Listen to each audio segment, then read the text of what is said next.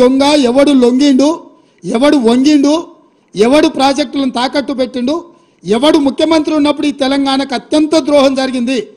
ఉమ్మడి రాష్ట్రంలో జరిగిన అన్యాయానికంటే 60 ఏళ్ళు ఉమ్మడి రాష్ట్రంలో జరిగిన పరిపాలనలో జరిగిన నష్టానికంటే చంద్రశేఖరరావు ముఖ్యమంత్రి అయిన 10 ఏళ్లలోనే కృష్ణానది జలాలలో తెలంగాణకు తీరని అన్యాయం జరిగింది. నేను నిర్దిష్టమైన ఆరోపణ చేస్తున్నా.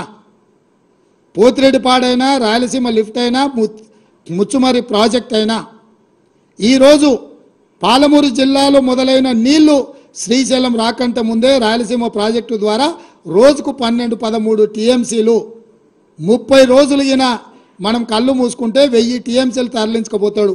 తాగడానికి కాదు కదా, బురద మెక్కడానికి కూడా శ్రీశైలం దొరకదు.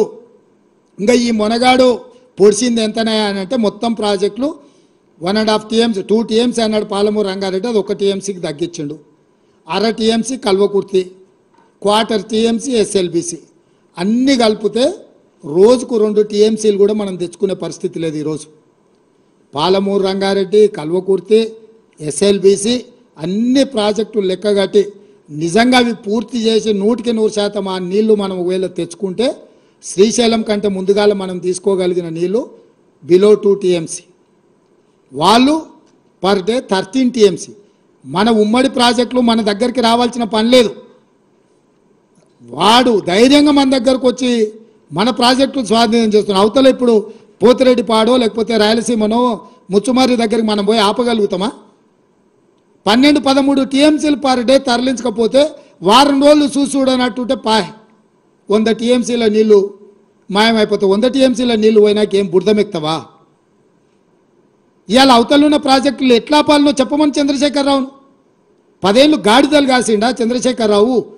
12-13 టీఎంసీల నీళ్లు తరలించకపోవడానికి ప్రాజెక్టులు జగన్మోహన్ రెడ్డి కడుతుంటే, చంద్రబాబు నాయుడు కడుతుంటే అడ్డుకోవాల్సింది, కేసులు వేయాల్సింది, ధర్నాలు చేయాల్సింది, నిరసన తెలపాల్సింది, జంతర్ మంతర్లు ఆమరణ నిరాహార దీక్ష చేయాల్సింది వదిలేసి కేంద్ర ప్రభుత్వానికి ఫిర్యాదు చేసి ప్రాజెక్టులను ఆపించే పని చేయకుండా ప్రగతి భవన్లో లేకపోతే ఫామ్ హౌస్లో వండుకొని ఇవాళ ఆయన నల్గొండ జిల్లాకు పోయి నిరసన తెస్తాడంట. నల్గొండ జిల్లాకు నిరసన కంటే ముందు అసెంబ్లీకి రా, అసెంబ్లీలో చర్చ చేద్దాం, ఇవన్నీ ప్రజలకు చెప్దాం తారీఖులతో సహా. ఏ రోజు ఏ ప్రాజెక్టులు మొదలైనవి, ఏ ప్రాజెక్టులు పూర్తయినాయి, ఎవడు ద్రోహి, ఎవడు తెలంగాణను ముంచిండు, ఎవడు తెలంగాణ ప్రజల్ని వంచిండో 100% ప్రజలకు వివరిద్దాము. నేను మళ్ళీ సూటిగా చంద్రశేఖరరావుకు సవాల్ విసురుతున్నా. రేపు రాబోయే బడ్జెట్ సమావేశాలలో 2 రోజులు వైట్ పేపర్తో సహా ప్రాజెక్టుల మీద స్వాధీనం చేసే విషయాల మీద చర్చ చేద్దాము. 2 రోజులు సరిపోలేదంటే అదనంగా కూడా చర్చ పెడతాము. చర్చ పూర్తయ్యే వరకు నువ్వు అసెంబ్లీలోనే కూర్చోవాలి. కాళ్ళు నొప్పి, కంటి నొప్పి, పంటి నొప్పి అని ఇంట్లో వండుకొని నువ్వు నాటకాలు వేస్తే నీ నాటకాలను ప్రజలు గమనిస్తలేరు అనుకోకు చంద్రశేఖరరావు. నీకు ఆడ నొప్పి లేస్తుందో మాకు తెలుసు. అధికారం పోయిన తర్వాత నీ నొప్పి ఆడలేస్తుందో తెలంగాణ ప్రజలకు తెలుసు.